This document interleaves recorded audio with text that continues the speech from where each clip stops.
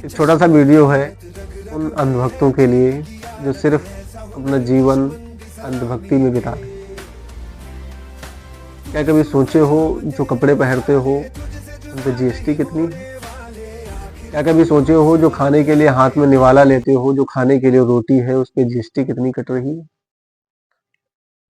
क्या कभी सोचे हो कि मैं जिस चीज से चलता हूँ उस चीज में अगर आपके पास बाइक है, कार है, उसके अंदर पेट्रोल डालते हो, डीजल डालते हो, उसमें जीएसटी कट रही है, क्या तुमको पता है?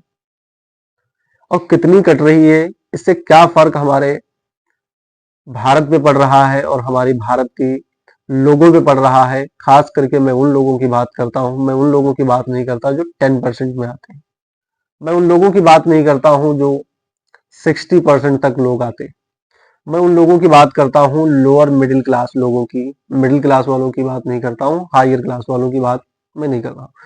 उनका तो कोई नुकसान ही नहीं हुआ है, चाहे कितनी भी महंगाई हो जाए और चाहे कितना भी लॉस हो जाए, किसी भी प्रकार का हो, कितनी भी जीएसटी हो, उनसे क्या मतलब? उनका किसी प्रकार का भी नुकसान नहीं।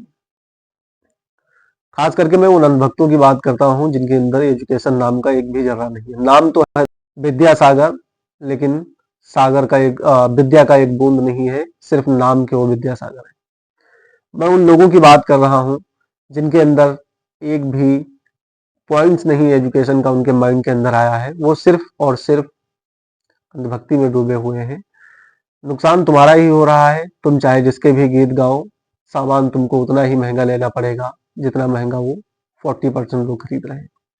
वो 40% लोग ऐसे हैं जिनके दिन के हजारों लाखों करोड़ों रुपए कमाते हैं और तुम दिन के सिर्फ 100 से 150 रुपए कमा रहे हो।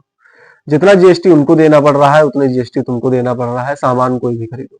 ध्यान रखिएगा, बस फर्क इतना है कि वो ऐशो आराम में जिंदगी काटते हैं और तुम दूसरों की मजदूरी करके जिंदगी काटते हो।